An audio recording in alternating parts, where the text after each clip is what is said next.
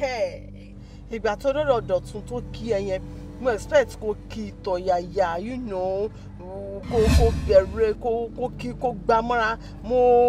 What we actually expecting is kó bẹ̀rẹ̀ nice conversation, meaningful conversation, you know, tó máa so èso rere. Kí ṣọ́ lọ́rọ̀. Tí Dọ̀tun bẹ̀rẹ̀ gbogbo àwọn kọ̀tọ̀kọ̀tọ̀ báyìí. But mo gbọ́ ni mi ti gbà.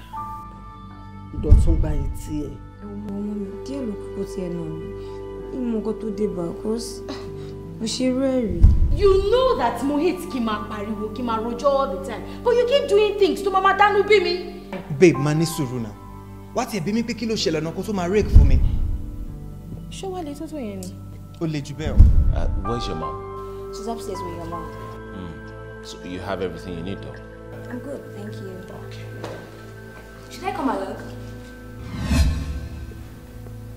I don't understand. Come along as in? I thought you were going out, so I feel I should come along with you.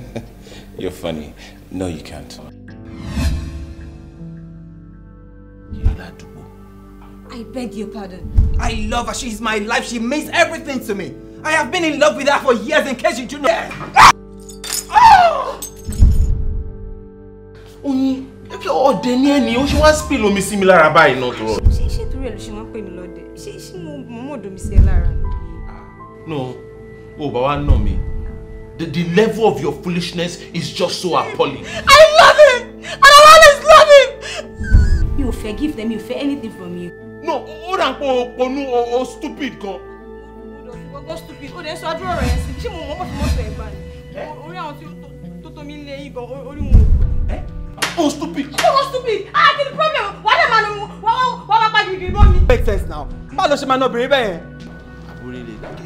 No, oh, bá gbẹ́gbà kó wá fi nà mí now. No, if you come beat me, my friend, get out from this place. Just listen to yourself.